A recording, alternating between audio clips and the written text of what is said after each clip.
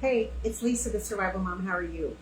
You might have heard that where I live, which is north and east of Houston, this whole area was hit by basically tornadoes last night.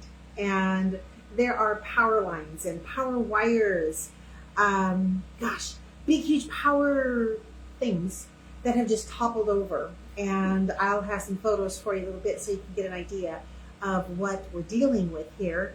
I don't know if you can hear the background, but that's our generator going, and thank God for generators. But last night when we got a clue that the power was going to be going out, I grabbed three things first, and I wanted to show you what these three things are. Brand name isn't that important, but what isn't most important is actually the type of supply or gear that it is. Number one, I don't think that Goal Zero makes this anymore. But this little guy is a powerhouse. It is just a small Goal Zero lantern. And you can, this particular one, look at that. I mean, it is really bright considering the size. And you can light up, I think, one side and then all together. It has a little dangling thing here so it can become a lantern. I was carrying it around the house last night.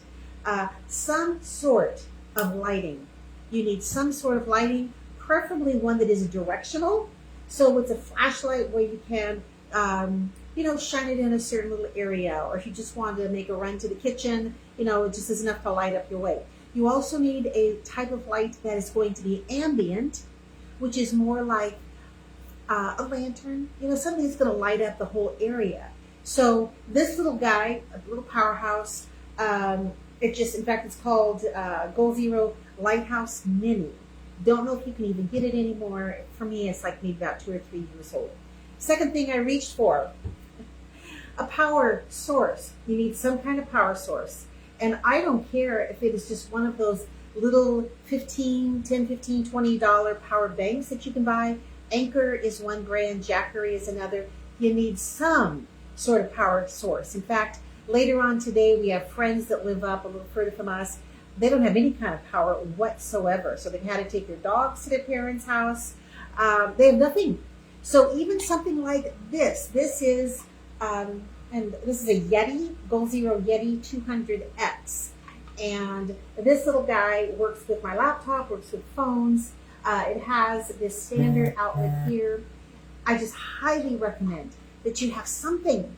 I mean, because if your lights are out, you have this. If you need the phone charged, you have this. Some sort of power source. The generator, if you can hear it in the background, it's still going. A generator, it's going to cost hundreds of dollars on the lower end, thousands if you go with a home generator. It depends on budgets. It depends on your need. But something that is going to generate power for you.